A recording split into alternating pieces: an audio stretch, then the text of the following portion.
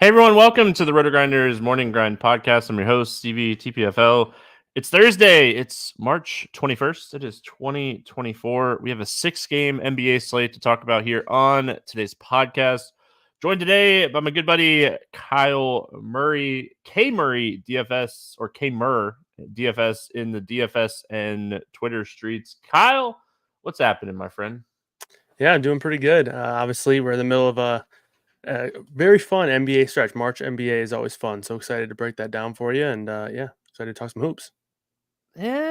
Fun is let's use that word very lightly, okay? Hoops in general is fun this time of year because we got March Madness. We got teams trying to fight for playoff spots. So March NBA, though, I don't know if fun is the right word. It's all perspective, right? I think some people had fun watching Virginia not score a point for an hour last night. It was wild, right? Yeah, bettors against betting against Virginia in that game definitely liked watching Virginia not score for half a game, or half a half, whatever it was. It was a lot. Yeah. So Derek says, "What's up, y'all? Trent sucks." I agree. Gary Trent, never again. Gosh, man, if there was ever a spot for Gary Trent to go bonkers, and just gosh, he just stinks. Gosh, he stinks. Ellis came through for us, though. I know he had 4 steals, so the over 2.5 steals and blocks, that definitely worked out for Ellis. We'll talk about him here in a minute as well. What's up, YouTube? Hope you're having a fantastic Wednesday night. Let's jump in and have some fun here. As Kyle said, it's a fun time for NBA. We get started with Sacramento at Washington, 237.5 total in this one.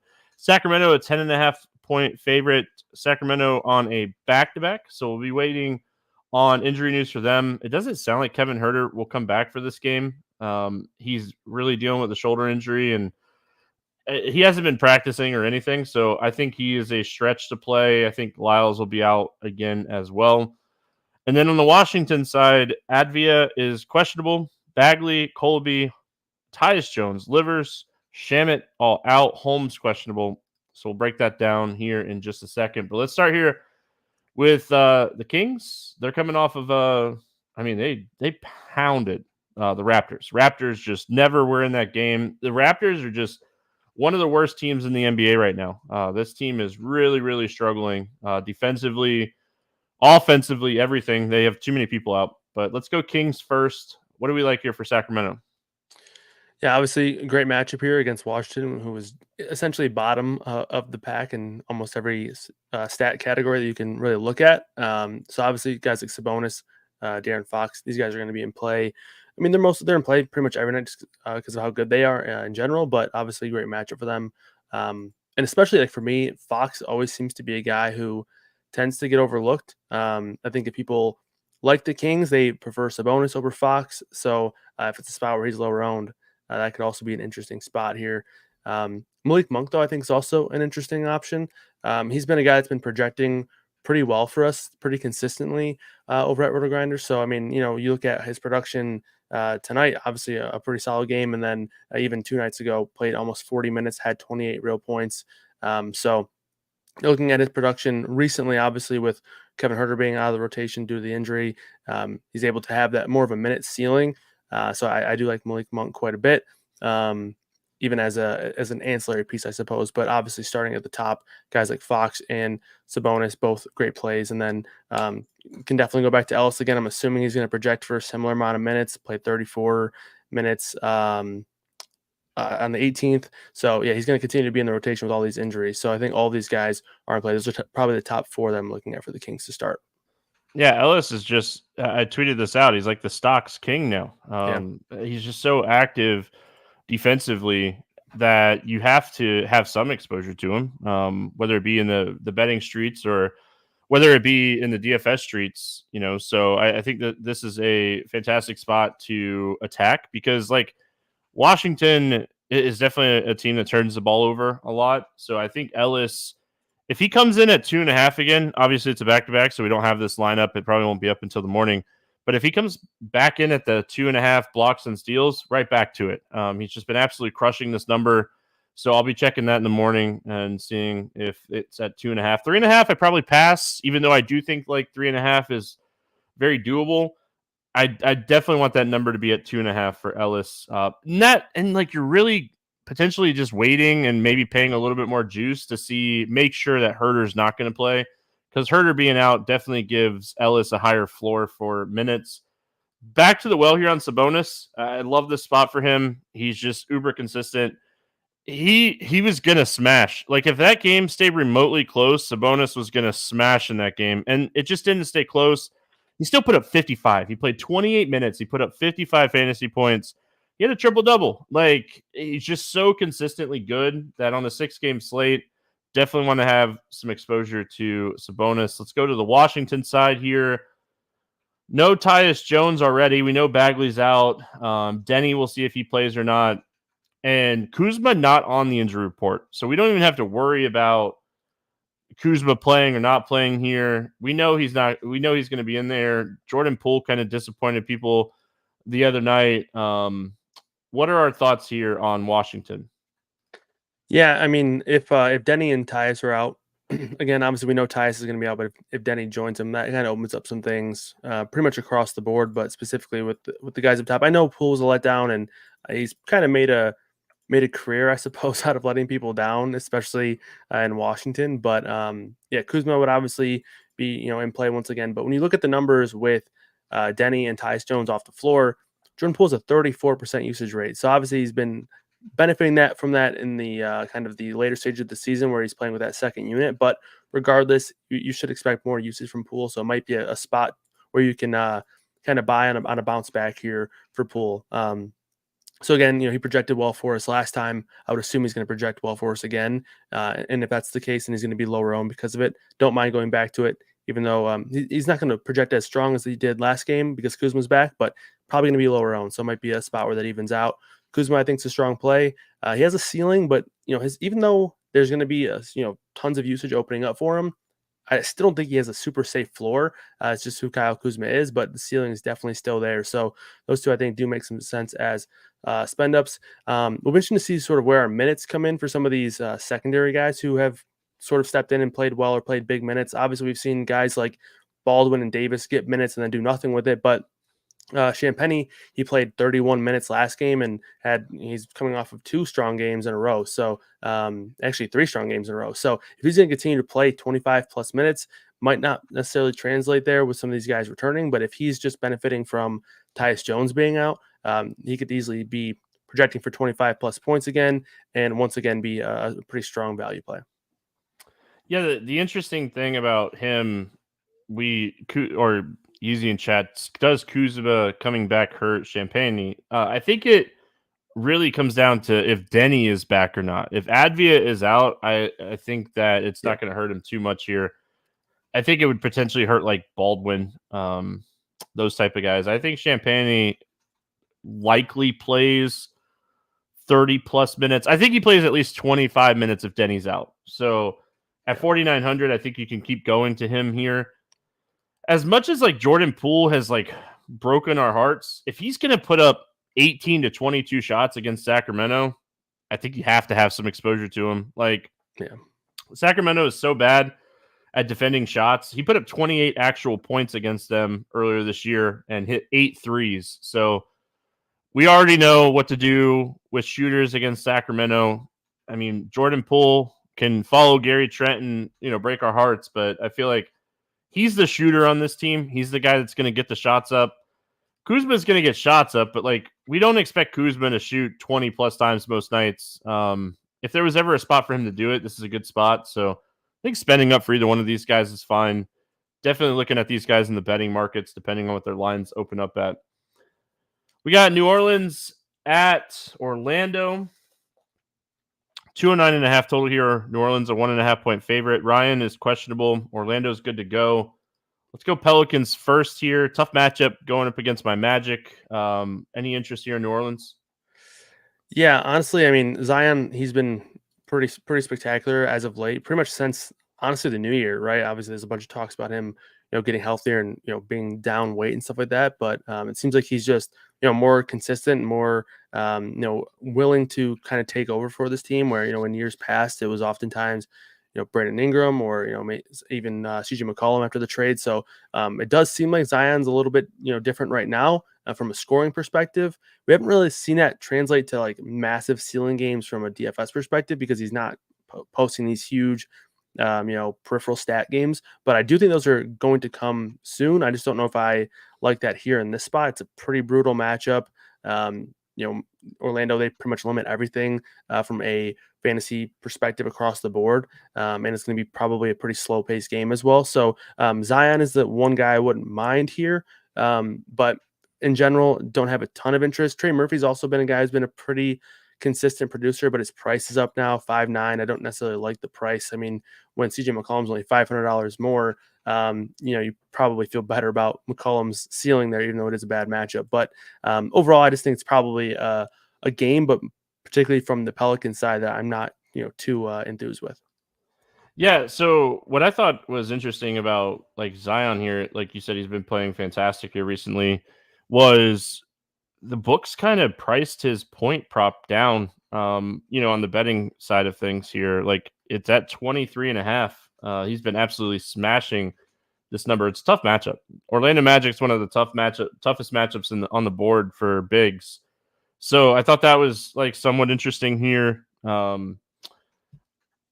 mean, I hate playing people against my Magic. I watch these guys play. They're really, really strong defensively. If I was going to play somebody, it would probably be Zion because like his upside's just there. I think this is a really tough spot for BI. And honestly, I think this is a really tough spot for McCollum. So I really think if I'm playing somebody from the Pelicans here, it's probably Zion. Trey Murphy's been playing good. This is just a terrible spot for him too.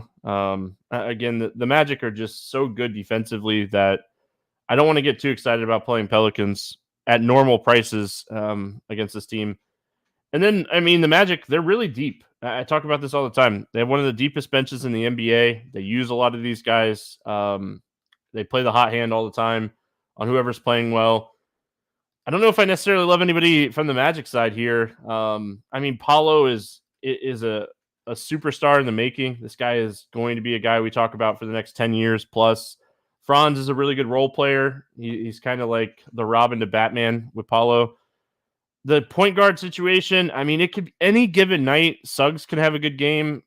Anthony off the bench could have a good game. They're still playing Gary Harris a lot in close games that I don't know if I necessarily want that much exposure. I think that if anything, maybe some Jonathan Isaac. I know he only played like 8 minutes the other night.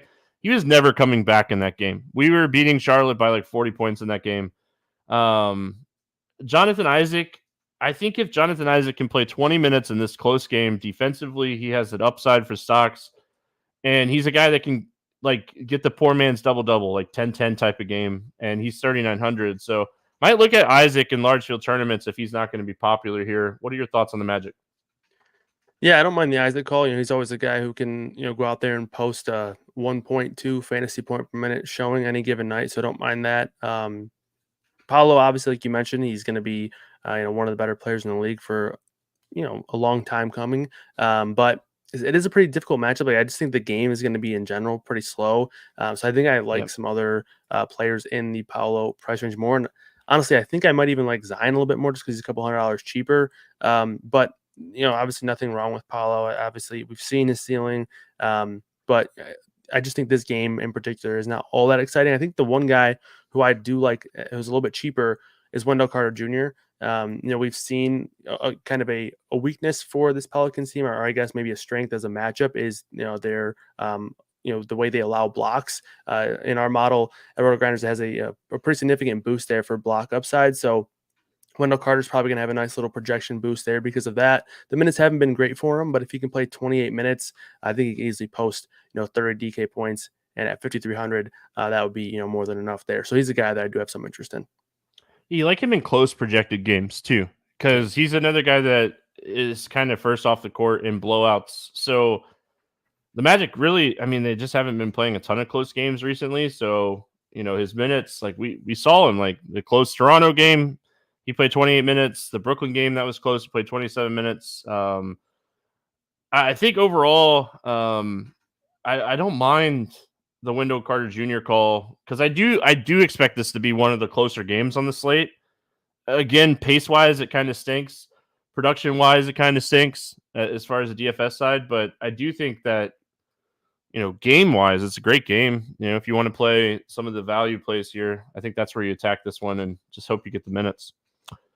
Brooklyn at Milwaukee. 222.5 total here. Milwaukee, 9-point favorite. They're on a back-to-back. Claxton, questionable. Finney-Smith and Simmons out for Brooklyn. Giannis, I mean, I really do think that like this is a real thing for him. The hamstring injury for him. I really do think it's a real injury, and they're being very careful with him just in general here.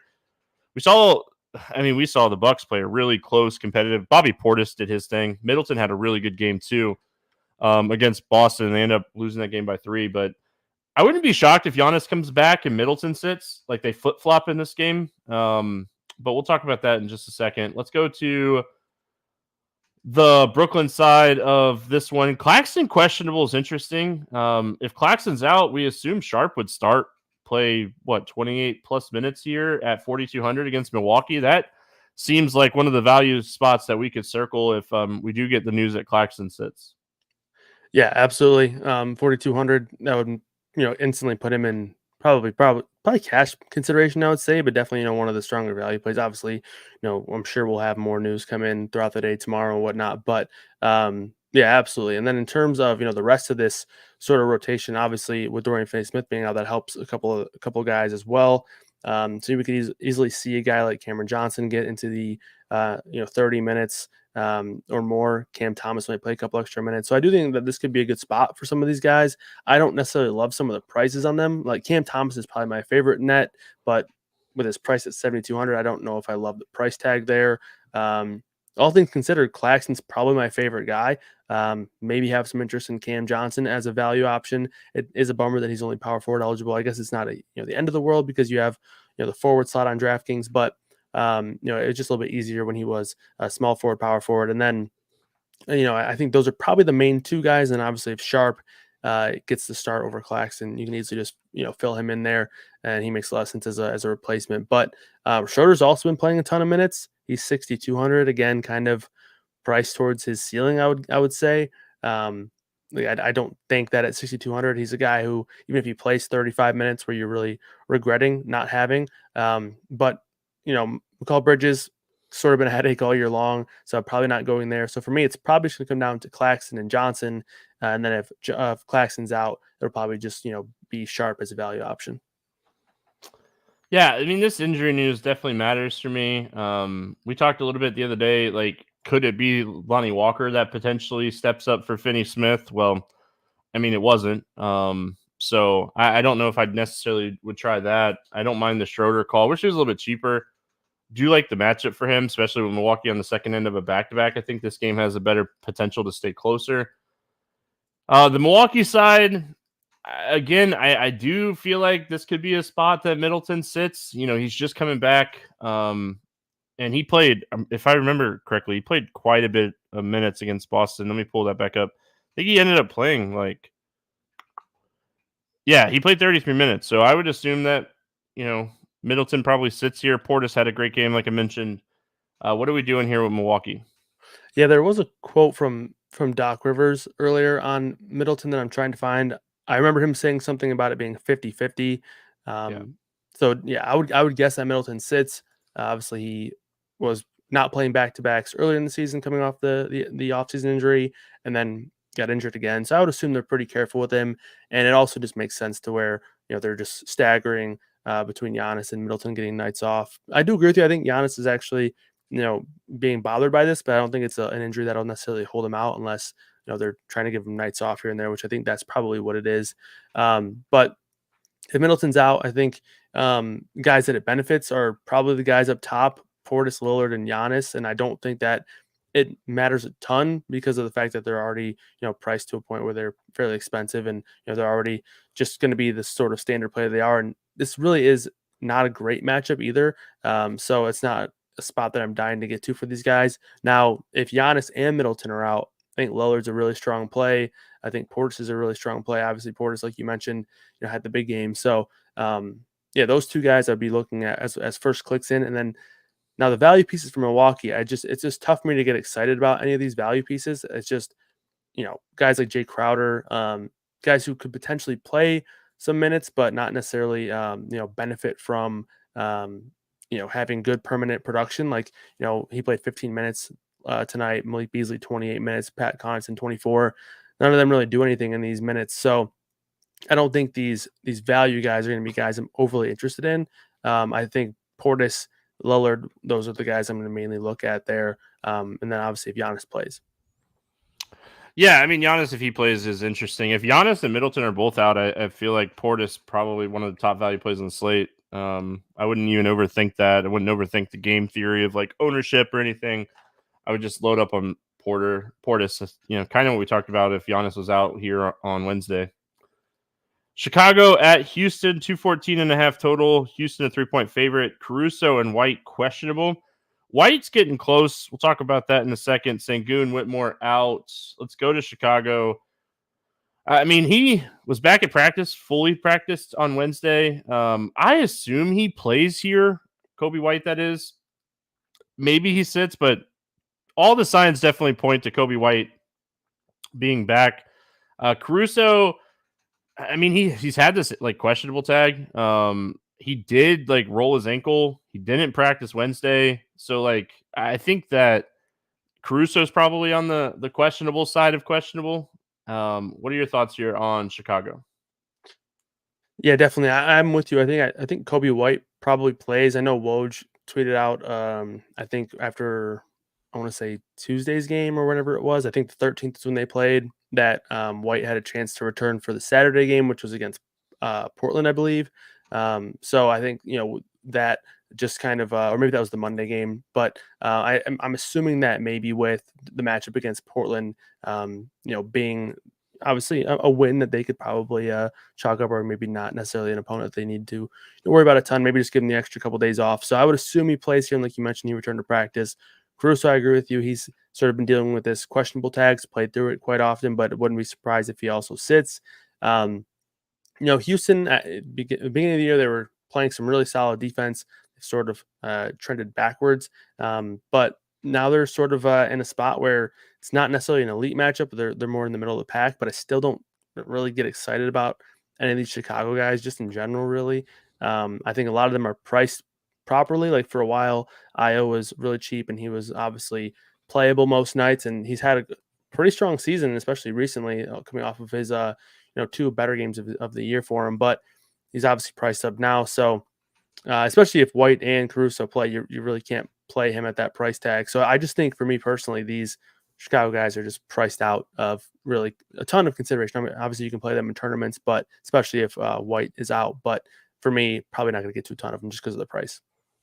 I think Vooch is somewhat interesting here. Like, I wish he was a little bit cheaper. And one of the reasons that I like Sabonis so much on this slate is because, like, I could see Sabonis just absolutely smashing and being the highest scoring center by like 15 or 20 points.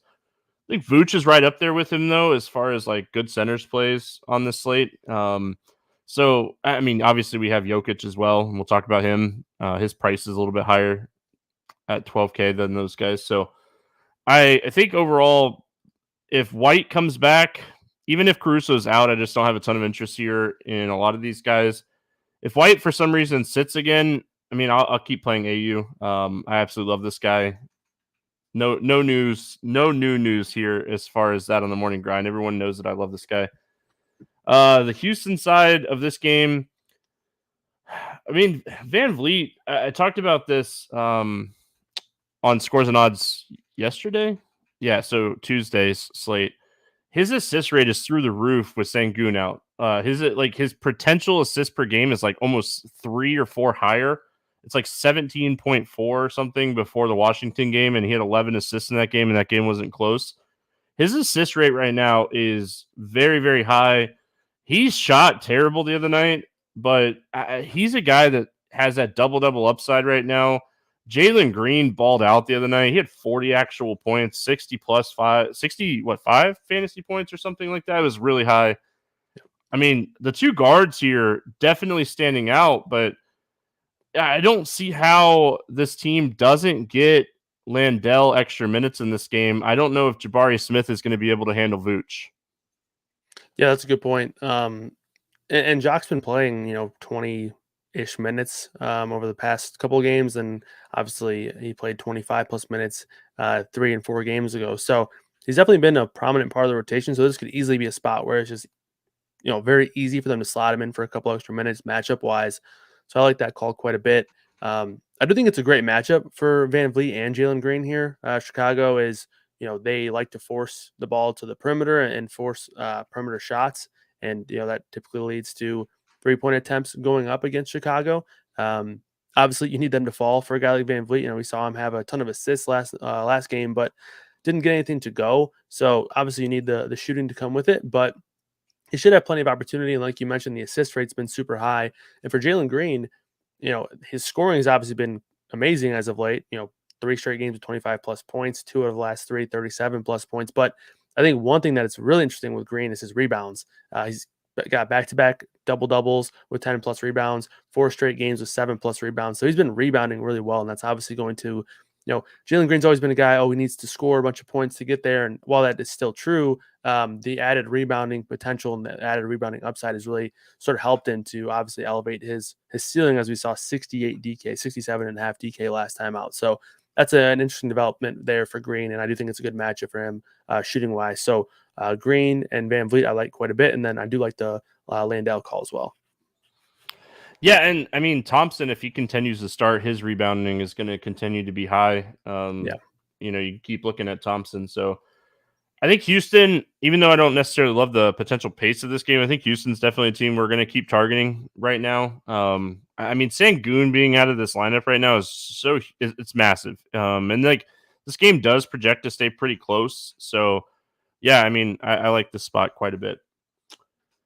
Dallas and Utah, or Utah at Dallas, 238.5 total here. Dallas a 13.5 point favorite. Utah on a back-to-back, and Green is out for Dallas. We'll start with Utah.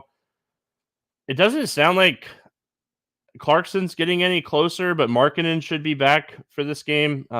It was like the maintenance front end of a back-to-back out for him on Wednesday, so Markkanen should return here. What do we like for the Jazz in this matchup against Dallas?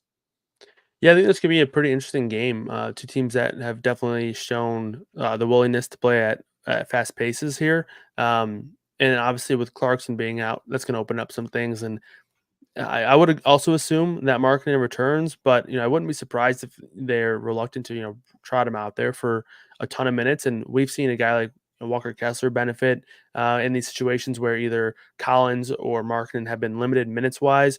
Last game, I guess before tonight's game, Kessler played 28 minutes, and Markkanen and Collins were pretty limited. So I think Kessler could be a pretty interesting play here. I also think that they could maybe use his size to match up with Dallas a little bit. Obviously, going to be playing one of those big centers, Gafford and Lively, pretty much extensively on the floor. They're going to pretty much split the 48 center minutes there. So I like Kessler quite a bit. I think Sexton is also pretty interesting. We've seen his minute ceiling go up as of late, and obviously he benefits from the absence of Clarkson. So, we've now seen 2 of his last 3 games with 31% usage rates or higher.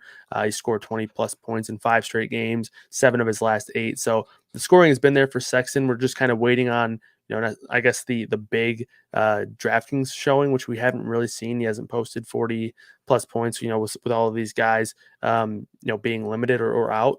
But I do think that's coming. It could easily be a spot here against Dallas, which could easily turn into a bit of a shootout. But Kessler is probably my favorite play. I think he's going to be a pretty interesting contrarian option. Yeah, I think Kessler, I think that call is interesting. Dallas definitely playing with more size at center. So they, like you said, they might need him in this spot. I think Keontae is someone that has been burning us a little bit here recently. God, you love guards against Dallas just in general. So I don't mind potentially looking at Keontae. I don't mind maybe taking some shots on Markkanen. Like if this game stays close, Markkanen's probably having a good game. So I don't mind that. On the Dallas side, I mean, Luka is just such a fantastic play on every given slate. His floor ceiling combo is just massive. Kyrie, 9,400 for Kyrie seems too high with Luka in there. Gafford, his price is almost up, so I feel like the price for me on Gafford is probably like priced out now. The minutes are kind of all over the place. If anything, maybe Lively in large field tournaments. If Gafford got into some foul trouble and Lively picked up a couple extra minutes and played 20, he's someone that could produce very, very good fantasy point per minute production. So maybe Lively, but I mean, Luka's the play. It's a 6-game slate. I don't think you really want to overthink Dallas here. Yeah, Luka's just been awesome. And honestly, Kyrie's been great as well. I think from a fantasy perspective, Luka's been obviously the bigger producer, but it is so fun to watch Kyrie Irving go out there and do a bunch of fun stuff. Obviously, he's been getting a lot of attention on social media after that left-handed shot that he had in Jokic's face. But regardless, it's really fun to watch. Even last game with Luka, I mean, struggling from a scoring perspective. He shot 22% from the field, 2 for 12 from 3, still put up 60 DK points because he put up a triple double. So it's almost like you never want to say that you can lock him in for 60 points, but when he's getting 60 points while scoring just 18 real points and having only one stock, it just goes to show how ridiculous this guy's production is right now. So yeah, I think you can always play Luka at pretty much any price right now. So yeah, he's been awesome. Gafford, I will continue to like here. I think this is a good spot for him. I think they'll continue to use his size, him and Lively, and if they're gonna sort of either split the minutes down the middle, which they've been doing pretty consistently, or at times having Maxi Kleba play some center minutes, I think it just benefits Gafford right now because he's the guy sort of being listed as the number one center. So he's the top dog, I guess, amongst centers here, and he's very productive when he's on the floor. So I like him quite a bit here. I think he'll play 24, 25 minutes again, and I think he'll continue to project for 1.15 fantasy point per minute. So I think 30 plus DK points as well in range there. So there's been a couple of guys at the center position that I think are going to be fairly contrarian. I would think Gafford would probably be fairly contrarian, but guys like him, Kessler, a couple other guys that we mentioned in that price range. So I think amongst those guys, Gafford's probably the safest one because I think his range of outcomes is a little bit tighter, but maybe not as high of a ceiling as some of these other guys. But I think he's a really strong play here. Yeah, I mean, I get what you're saying on Gafford. It's just a price thing for me. Yeah, for sure. His minutes bother me so much because I mean, like his foul trouble bothers me too. Like he gets in foul trouble more than he should, but yeah, I mean, if he does get the minutes, the upside is certainly there. All right, we got the Knicks at Denver to finish us out here. 210 total. Denver a 9-point favorite. OG Mitch Rob Randall out. Denver's good to go. Let's start with the Knicks. What do we like here for New York? Yeah, going to continue to like Brunson. I mean, I've been very successful betting Brunson's props. So that'll probably be my first look for Brunson. But if they're going to continue to roll out 29.5 for him for a points prop, I'll continue to take the over there. His usage right now is just unreal with the current rotation that New York is rolling out. Obviously, Randall and OG and Anunoby out. So he's just handling so much of the offense. And he's also just playing a ton of minutes here. And honestly, he's not even playing as many minutes as he recently was prior to him dealing with that injury. So, yeah, I think Brunson's totally fine here, 9,100. Don't mind the price tag at all, especially with the current usage that he has. But Josh Hart, he's been an incredible producer, played 48 minutes last game, another triple-double for him. So, honestly, it sounds strange, but at 7,300, I think Josh Hart is still in play here, which that feels like makes you kind of want to throw open your mouth. Josh Hart at 7,300, but I mean, man, he's putting up the numbers for sure. It'd be interesting to see what the starting lineup looks like for New York. Obviously, they went a little bit different last game with Miles McBride starting over Precious Achiuwa with OG Anunoby out. I think that was more so to do with the matchup. Obviously, against the Warriors, they were able to downsize a little bit there. They're not going to have that luxury here against Denver with Jokic out there, so I wouldn't be surprised to see Precious slot right back into the starting lineup at the 4. And when he starts, he plays a ton of minutes, and you should pretty much assume that anyone who starts outside of Isaiah Hartenstein has the ability to play 40 plus minutes. Miles McBride did last game and he played 46 minutes. Precious has shown when he gets to start, he can play 38, 40 minutes pretty regularly. So if he's starting again, 5,300 is too cheap. If McBride is starting again, 4,700 is too cheap. McBride has been a good permanent producer as well. So definitely going to be looking at whoever's starting out of those two guys. I don't think they do anything weird and start anybody other than those two. But yeah, whoever starts between those two guys, very strong play in my opinion. And then obviously Brunson, I think, is a strong play. And then you can still consider Josh Hart because he's just been playing so many minutes and producing extremely well in those minutes. Yeah, I like the McBride call if he starts. Like you said, anybody that starts for the Knicks, you're all right. Well, 38 plus minutes. Yep. You love it. But yeah, I mean, Josh Hart is someone that we continue to talk about. Like, I know the price isn't sexy, but the dude has 60 plus point upside right now.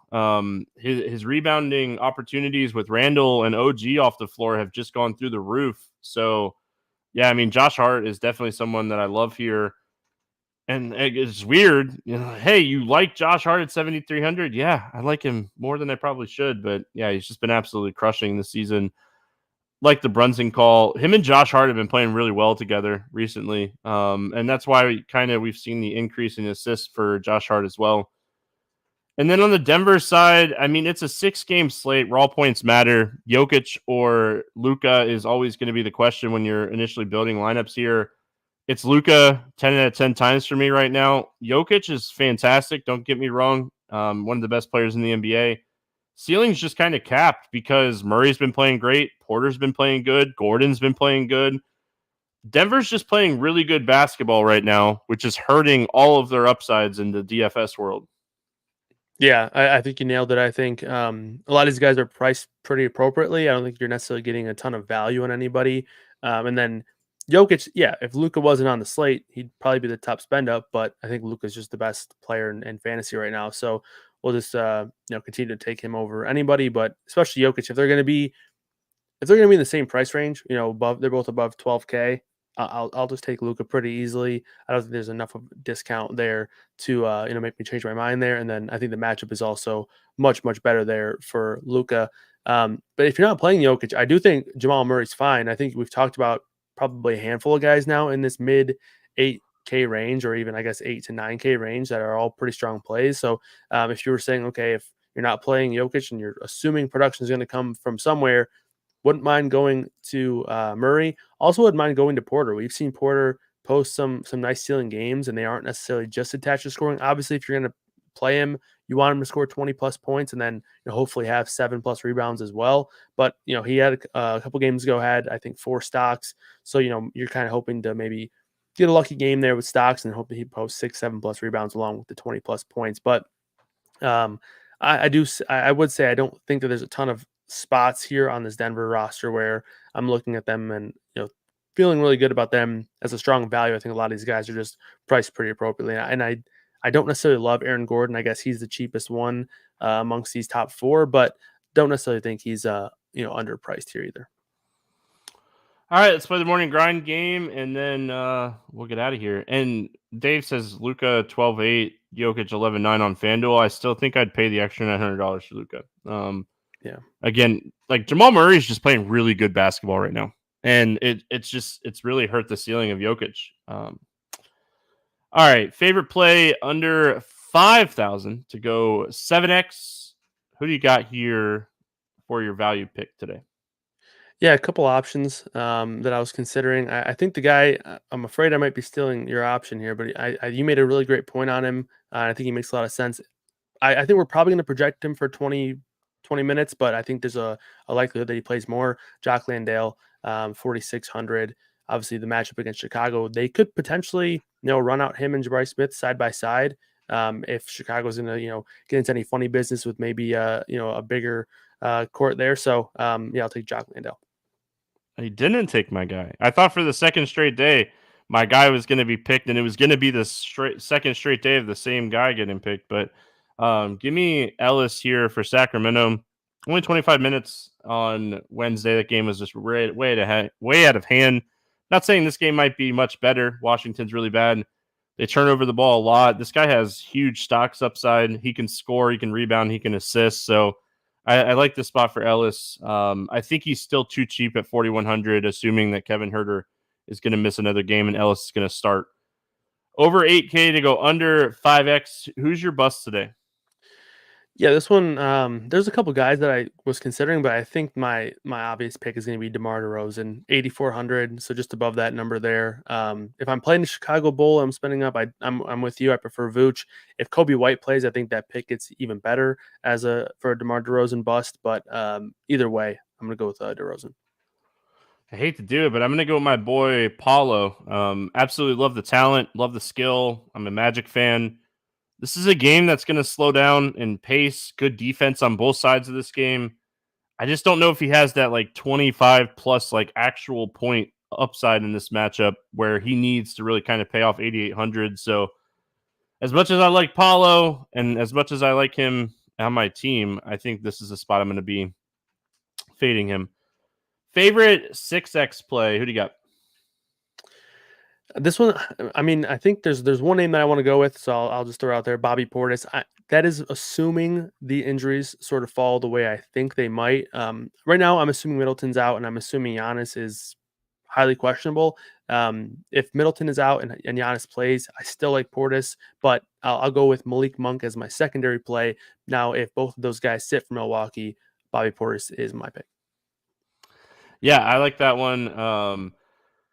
Yeah, as crazy as it sounds, I wrote this down before we even talked about it, but I got Josh Hart as my favorite 6x play today. He's just doing it all. Like he's scoring enough, but the rebounding, the assists, they're just way up right now. The minutes, like he has one of the highest minute floors in the NBA right now. And I know you know that because you're on the projections team, and it's just like you're projecting the Knicks right now, and you're like, well, this guy's going to play 40 plus minutes. So, I like Josh Hart for 6x today. I think this is going to be a good competitive game that's going to kind of benefit a guy like Josh Hart. So, yeah, Josh Hart's my 6x play today. Let's get weird. GPP play of the day. Who do you got for us today? Yeah, so I was trying to find a spot where maybe injuries weren't too vulnerable to where I can kind of ride this guy until until lock. But it is going to be a little bit news dependent. But it's going to be Precious Achua. I'm assuming if he starts, he probably won't be that weird. But I'm thinking that maybe considering that game is the last one to lock, we might get lucky here with some ownership there. So if Precious ends up continuing to be low owned throughout these first 4 or 5 games locking, and we get news that he's starting, I think he would potentially stay pretty under the radar in terms of ownership. So I'll go with Precious Achua. Yeah, my let's get weird GPP play today is Derek Lively. As much as like I like Gafford as a player, this seems like a high probability foul spot for him. I think Derek Lively could like slide into like 20-ish minutes. He's such a good producer, fantasy point per minute type of guy that if he got 20 plus minutes in this game, he could pay off this $4,100 price tag, and he should be low owned. Hate the fact that he's center only, but I want to play Sabonis. So, I mean, I don't mind using a utility spot on the center. So, Lively is a guy that I like here as my let's get weird GPP play. Going to the betting portion of the show here, I'll be honest. There's some back-to-backs, and with back-to-backs, we don't have lines. Is there anything in the player prop or pick'em world or even lines world that you like here? Yeah, I did want to look at Sabonis because I think it could be a spot for him to do really well. I think what could potentially happen if Rashawn Holmes is ruled out, he's questionable right now. We could see Kuzma at the 5, and if Kuzma's at the 5 for any amount of time, Sabonis is going to have an absolute field day. Looks like we did just get lines for them. 36.5 points plus rebounds. I think that's a really strong play. That line just came out. The pick that I was going to go to, I did want to mention Sabonis because I think it's a really strong spot, especially in the prop betting markets, because DFS, it's going to be difficult to get to him, but I did want to mention him. But my pick's going to be Jalen Green over 30.5 points plus rebounds. I think he could easily score 30 plus points alone here. And as I mentioned earlier, he's shown some rebounding upside as well. 4 plus games, 7 plus rebounds, back-to-back games with 10 plus rebounds. So if he's able to add, 5, 6 rebounds, I think he could easily go over this number. And I would not be surprised at all if he beats this number on points alone. Hey, you mentioned that the Sacramento lines came up. Ellis 2.5 steals and blocks, instant bet. Yeah. So hey, there's an extra one. I honestly didn't have that one written down. And when you said that, I like looked really quick and jumped right on that. I like the points rebounds for Sabonis too. I'm with you on that one. I bet that on Wednesday slate. And again, that game just kind of get out of hand. It was 37.5. So like this line could potentially move in our favor too. Yeah. So I don't mind betting either one of those the night before. But what I got today, I got two for everyone today. If you have been listening, you probably already kind of have an idea, but I like Fred VanVleet over 8.5 assists. You're getting this at plus money today. It's not the greatest matchup in the world, just in general, but the guy's potential assist rate is through the roof right now. Like I said, it was 17.4 before last game, and he had 11 assists. So it's probably close to that number, if not a little bit higher. His average assists are way up right now. He's hit this line in 4 of his last 5 games. So I'm going to keep riding VanVleet playing this like facilitator role with Sengun out. So like that one. And then I'm going to do one that, I mean, I've been betting this a ton for like, I feel like for the last month, but I'm going to go to Josh Hart and his point assist prop here. It's at 15.5. I like the over on this. The assist rate's way up. The rebounding is way up. It's been in the like 13 to 14.5 range, but he's just smashing this number with these guys out. So really just going to keep playing this Josh Hart over 15.5 rebounds and assists numbers. So Kyle, always fun. Thanks for hopping on. We'll be back tomorrow talking hoops. Hope everyone has a fantastic Thursday. We'll see you again on Friday.